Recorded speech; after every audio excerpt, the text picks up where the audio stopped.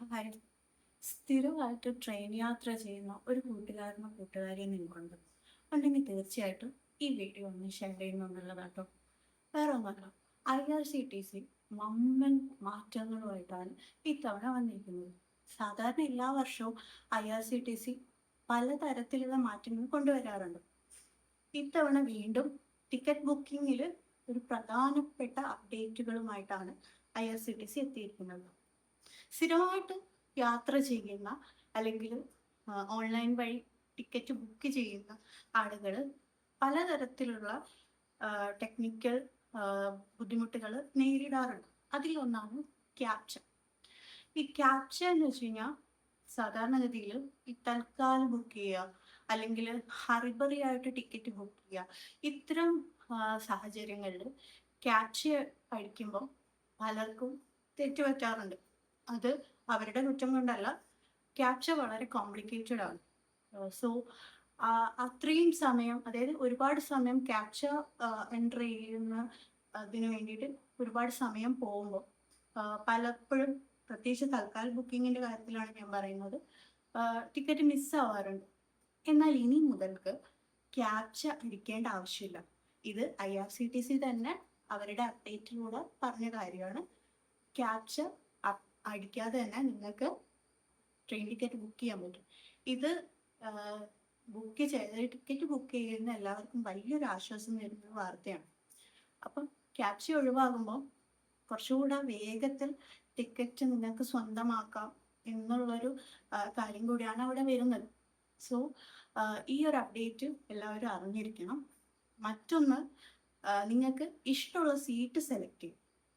പലപ്പോഴും ticket book ചെയ്യുമ്പോൾ നമുക്ക് വിൻഡോ സൈഡ് ബുക്ക് ചെയ്യാനുള്ള ഒരു ഓപ്ഷൻ കാണാറുണ്ട്. എന്നാൽ ചില ഘട്ടങ്ങളിൽ നമ്മൾ സീറ്റ് സെലക്ട് ചെയ്താലും നമുക്ക് ചിലപ്പോൾ സെലക്ട് ചെയ്ത ആ ഒരു സീറ്റ് ആയിരിക്കില്ല ലഭിക്കണം എന്നുള്ളത്. എന്നാൽ ഇനി നമുക്ക് അങ്ങനെയല്ല. നിങ്ങൾ ഏത് സീറ്റാണോ ആഗ്രഹിക്കുന്നത്, ലോവർ ബർത്ത് ആണെങ്കിൽ അങ്ങനെ, അപ്പർ ബർത്ത് ആണെങ്കിൽ അങ്ങനെ, നിങ്ങൾ ആഗ്രഹിക്കുന്ന അല്ലെങ്കിൽ നിങ്ങൾ സെലക്ട് ചെയ്യുന്ന സീറ്റ് തന്നെ നിങ്ങൾക്ക് ബുക്ക് ചെയ്യാൻ പറ്റും. ഇതും ഏറ്റവും പുതിയ IRCTCയുടെ അപ്ഡേറ്റ് ആണ്. എന്നാൽ എന്നെ ഏറ്റവും കൂടുതൽ ഇൻട്രസ്റ്റിംഗ് ആയിട്ട് തോന്നിയ ഇതിലുള്ള ഏറ്റവും പ്രധാനപ്പെട്ട ഒരു അപ്ഡേറ്റ് എന്താണെന്ന് വെച്ച് കഴിഞ്ഞാൽ, കലണ്ടർ പ്രകാരം, അതായത് എല്ലാ മാസവും ഒരു പ്രത്യേക ദിവസം ടിക്കറ്റ് ബുക്ക് ചെയ്യുന്നവർക്ക് വളരെ കുറഞ്ഞ നിരക്കിൽ ട്രെയിൻ ടിക്കറ്റ് ലഭ്യമാക്കും എന്നാണ് IRCTC പറയുന്നത്.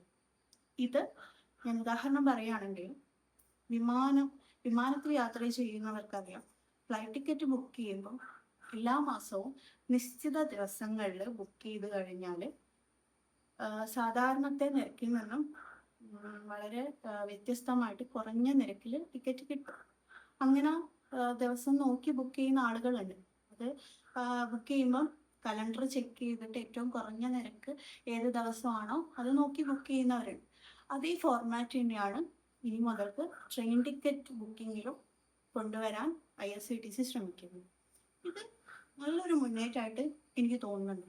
കാരണം AC കോച്ചുകൾ, എല്ലാവർക്കും ഒന്നും AC കോച്ചുകളിൽ യാത്ര ചെയ്യാൻ സാധിക്കണമെന്നില്ല. കാരണം സ്ലീപ്പർ കോച്ചുകളെ അപേക്ഷിച്ച് നിരക്കിൽ വലിയ മാറ്റമാണ് AC കോച്ചുകൾക്കുള്ളത്. അതിപ്പം 3 ടയർ ഉണ്ട്, 2 ടയർ ഉണ്ട്, ഫസ്റ്റ് AC ഉണ്ട്. അപ്പം ഇത്തരത്തിൽ ഈ എല്ലാ മാസവും നിശ്ചിത ദിവസങ്ങളിൽ നിരക്കിൽ വ്യത്യാസം വരുമ്പം AC കോച്ചുകൾ എക്സ്പ്ലോർ ചെയ്യാനും സാധാരണക്കാർക്ക് സാധിക്കും എന്നുള്ളൊരു കാര്യം കൂടെ എനിക്ക് ഇതിൽ തോന്നിയത്. അതുകൊണ്ട് തന്നെ ഈ ഒരു അപ്ഡേറ്റ് എല്ലാവർക്കും ഉപകാരപ്പെടുന്ന ഒരു അപ്ഡേറ്റ് ആയിട്ട് തോന്നി. പിന്നെ അതുപോലെ തന്നെ IRCTCൻ്റെ വെബ്സൈറ്റിൽ നമുക്ക് ഇഷ്ടമുള്ള ലാംഗ്വേജ് സെലക്ട് ചെയ്യാനുള്ള ഒരു ഓപ്ഷൻ കൂടെ അവർ കൊടുക്കുന്നുണ്ട്. സോ ഈ അപ്ഡേറ്റുകളെല്ലാം നിങ്ങൾ ശ്രദ്ധിക്കേണ്ടതാണ്. ഇനി മുതൽക്ക് ട്രെയിൻ ടിക്കറ്റ് ബുക്ക് ചെയ്യാൻ കുറച്ചുകൂടി ഈസി ആവുകയാണ്. ഓരോ വർഷവും പലതരത്തിലുള്ള അപ്ഡേറ്റുകൾ വരുത്തുന്നുണ്ടെങ്കിലും ഇത്തവണയുള്ള അപ്ഡേറ്റുകൾ കുറച്ചുകൂടെ എല്ലാതരം ജനങ്ങൾക്കും ഉപകാരപ്രദമാകുന്ന രീതിയിലുള്ള അപ്ഡേറ്റ് ആയിട്ട് എനിക്ക് തോന്നി. സോ ഞാൻ ആദ്യം പറഞ്ഞ പോലെ നിങ്ങളെ സ്ഥിരമായിട്ട് യാത്ര ചെയ്യുന്ന ആ കൂട്ടുകാരനോ കൂട്ടുകാരിക്കോ ഈ അപ്ഡേറ്റിനെ കുറിച്ചൊന്ന് പറഞ്ഞു കൊടുപ്പിക്കും കേട്ടോ. അപ്പോൾ പിന്നെ കാണാം.